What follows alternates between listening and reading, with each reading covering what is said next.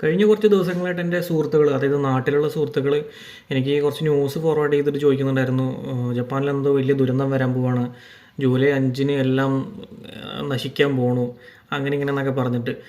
പ്രത്യേകിച്ച് ഇന്നലെയും, അതായത് ജൂലൈ 4, 3-നൊക്കെ ആയിട്ട് എനിക്ക് ഒരുപാട് പേര്, നാട്ടിലുള്ള എൻ്റെ സുഹൃത്തുക്കളും ഫാമിലീസ് നിന്നായാലും വിളിച്ച് ചോദിച്ചിരുന്നു, എന്തെങ്കിലും അവിടെ പ്രശ്നങ്ങളുണ്ടോ, എന്താണ് അവിടെ സംഭവം എന്നൊക്കെ ചോദിച്ചിട്ട്.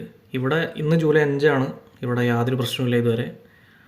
നമ്മുടെ കിലുക്കത്തിൽ പറയണ പോലെ തീയും പുകയൊന്നും വന്നിട്ടൊന്നുമില്ല, ഞങ്ങൾ സേഫാണ്. അതെ, രാവിലെ അപ്പനും മമ്മി ഇറങ്ങിയിട്ടുണ്ട് കൈക്കോട്ടൊക്കെ ആയിട്ട്. എന്ത് കൃഷി ചെയ്യും എന്നുള്ളത് ആലോചിച്ചുകൊണ്ടിരിക്കുന്ന ഭാഗങ്ങൾ. ഇവിടെ ഓൾഡ് ഏജ് പീപ്പിൾസ് ഭയങ്കര കൂടുതലാണ്. അതുകൊണ്ട് തന്നെ ഈ കാഴ്ച ഞായറാഴ്ചകളിലും ശനിയാഴ്ചകളിലും പതിവാണ്. പിന്നെ ജപ്പാനിൽ ഇപ്പോൾ നല്ല ചൂടാണ് കേട്ടോ. ഏതാണ്ട് ഒരു 33 ഡിഗ്രി 34 ഡിഗ്രിയിലേക്ക് എത്തി നിൽക്കുന്നുണ്ട്. ഇനിയും മേലെ പോകുന്നതാണ് പറയണത്.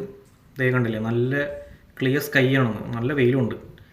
രാവിലെ 5:30 ആകുമ്പോഴേക്കും വെയിൽ വരും കേട്ടോ ഇവിടെ. അപ്പോൾ സംഭവം ഫേക്ക് ന്യൂസ് ആയിരുന്നു, ഇതുവരെ യാതൊരു കുഴപ്പമില്ല. അപ്പോൾ അത്രയേ ഉള്ളൂ. Okay, by.